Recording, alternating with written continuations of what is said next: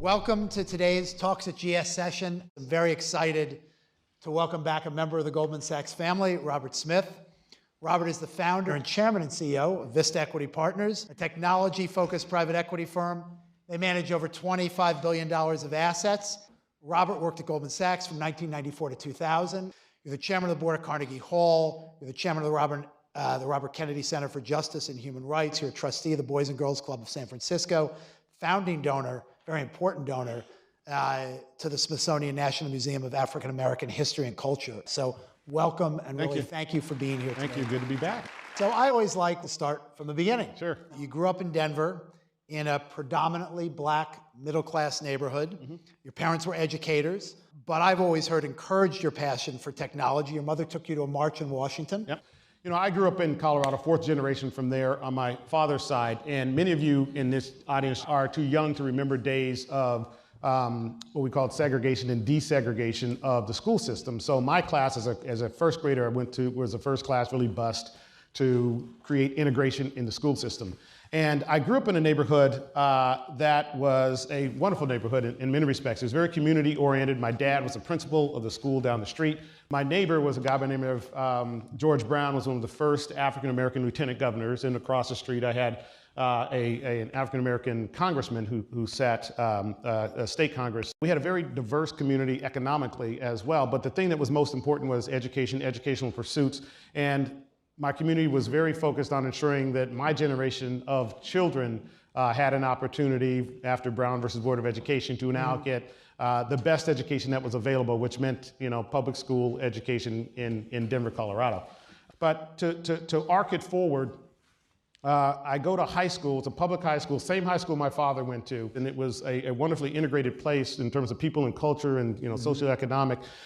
But then I took a computer class. And from that computer class, I said, wow, this is really interesting. In my teacher, because they weren't professors. You're in high school now? In high school. Yeah. And I was a junior in high school, and he started telling me about, you know, the basic components of a computer and started talking about transistors. And well, what is this transistor? He told me a little bit about it. It was invented at this place called Bell Labs. I said, well, they must have some pretty smart people though. Let me go check that out. So I go to the guidance counselor and say, what's this place called Bell Labs? Like, and this is a great story. Yeah. So I call them and I say, hey, you know, I hear you guys have summer internships. She said, yes, we do. And she said, if you're between your junior and senior year in college, you know, we have internships. I said, that's fantastic. I'm a junior in high school. I'm taking all AP classes. I'm getting the all A's in my AP classes. It's the exact same thing. And she said, no, it isn't. But that didn't stop you. Of course not. So I literally called her every day for 2 weeks. And then I called her every Monday, because after 2 weeks I figured out I'm just wasting, you know, 10 cents a day.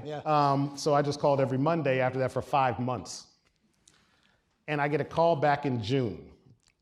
And they said, listen, you know, a student from MIT didn't show up. We have an open slot. We don't know. Remember, they've never met me.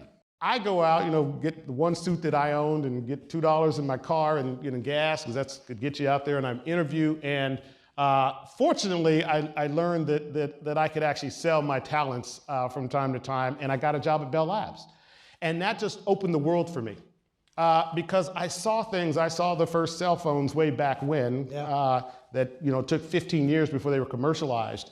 And I saw communication systems, and I saw, you know, the applications of science that I would have never known about growing up in my neighborhood. That changed my life. And from that, I told people I discovered the joy of figuring things out. So you get excited about technology. You're at Bell Labs and all. Let's jump into your career.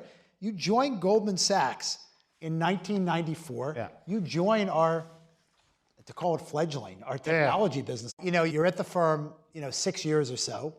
You've been involved in building this franchise. But how did it feel, or what was going on in your head when you walked in and you said, hey, I'm going to leave and go start my own business? What was going on in your head? Because, you know, if you think about it, that was 1999, right, or 2000? Yeah, 99. So here's where that starts. So now remember, I was an engineer for 6 years. Think about that. So I got a chance in my early part of my engineering career to work on some of the early implementations of software into process industries. Think about it, software, technology, probably the most productive tool introduced in our business economy in the last 50 years, enterprise software. And then I run into this little software company based in Houston, Texas. I take them on as a sell-side project, and through that, I learn how they're running this business. And I say, oh my God, if you actually took what they use as their best practices and laid them across these enterprise software companies, you could make a fortune. They said, what do you guys do with all this money? And they're buying CDs, certificates of deposit. This is 97, 98, 99. I said, and they said, well, what would you suggest? I said, well, this thing called private equity.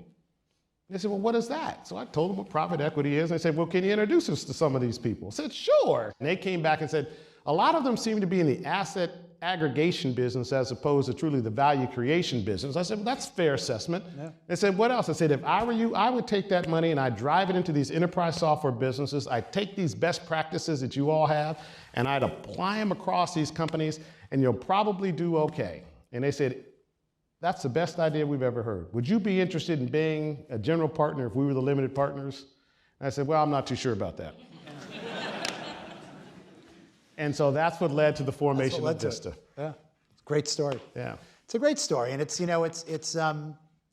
look back in history. It's one of the things big organizations have to wrestle with. Yeah. They get momentum going in a certain direction, and there are great stories about people who have great ideas that sometimes can be executed in platform, right, but for a variety of reasons they wind up off platform. Yeah, and the key is, and this is the challenge I know I face, and I know you face it at a much bigger scale, is creating an environment that evolves. Yeah. Right? But you have to be thoughtful about creating an environment where new ideas of innovation are not only welcomed, but they're encouraged, they're embraced, and the success of them are trumpeted. Sure. Because otherwise you have the risk of, like all things, the complacency factor, leads you down a narrowing road of opportunity.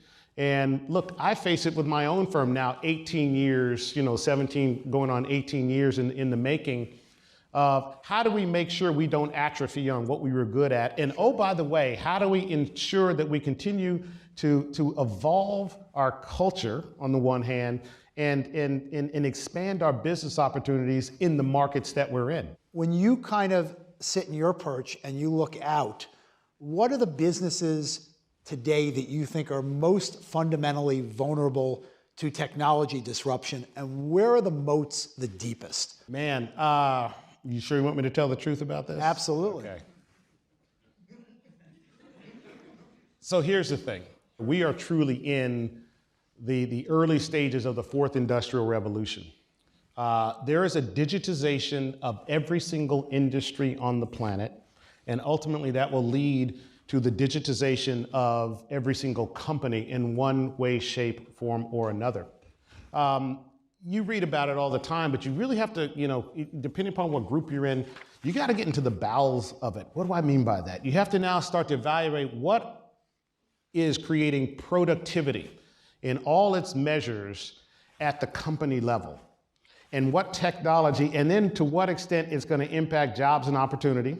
Okay, and what impact is going to, to some degree, disintermediate entire industries. Absolutely. You've seen it.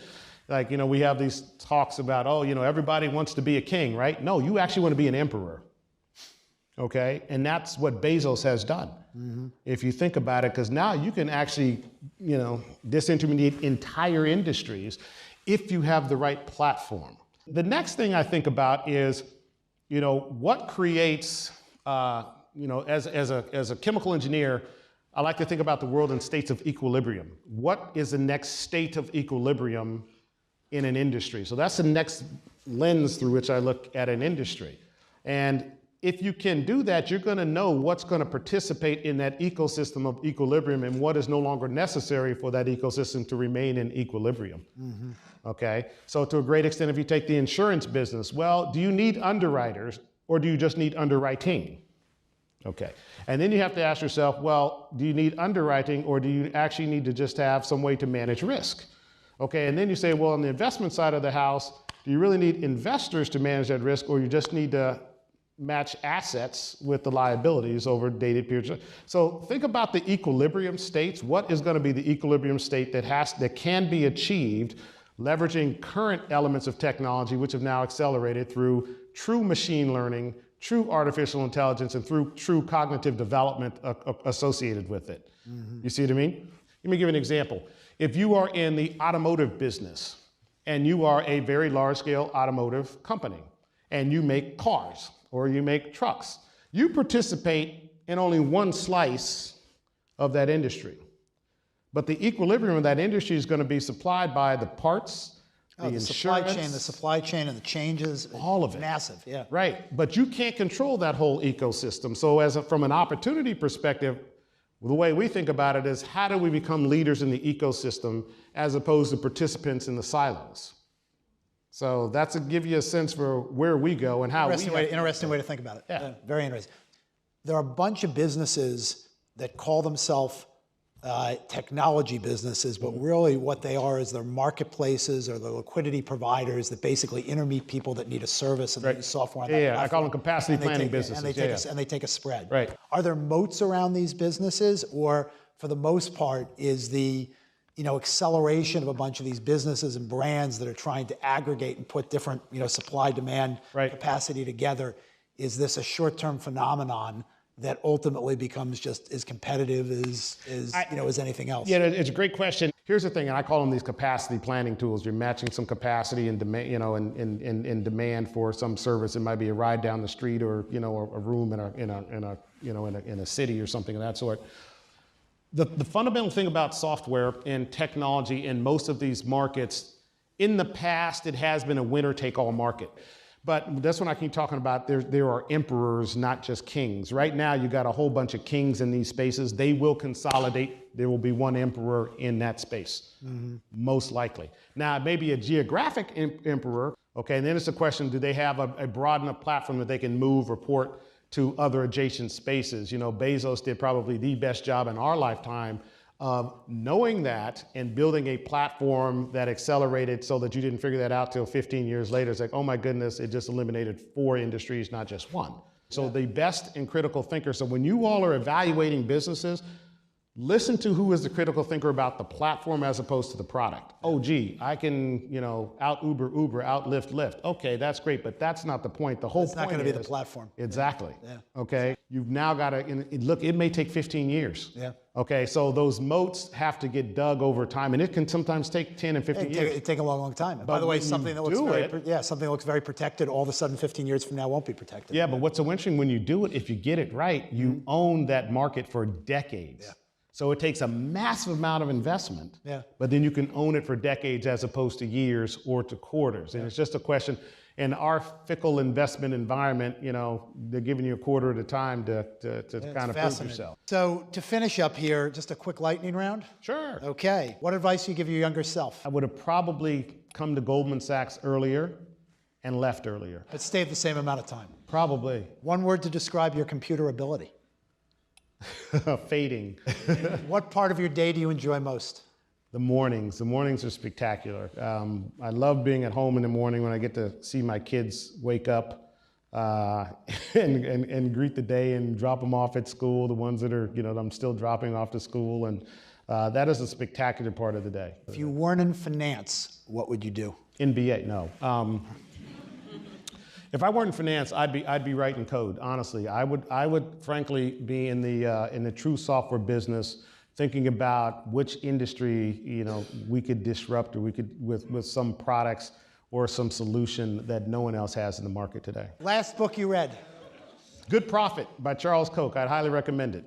And also Between the World and Me, Ta-Nehisi Coates. I never get tired of seeing you. No. God. Your life's much more exciting. Yeah, I honestly, I never get tired of talking to tech people and software people. I never get, it's just an amazing world, and yeah, it's awesome. This year's NBA champion. Whew, man.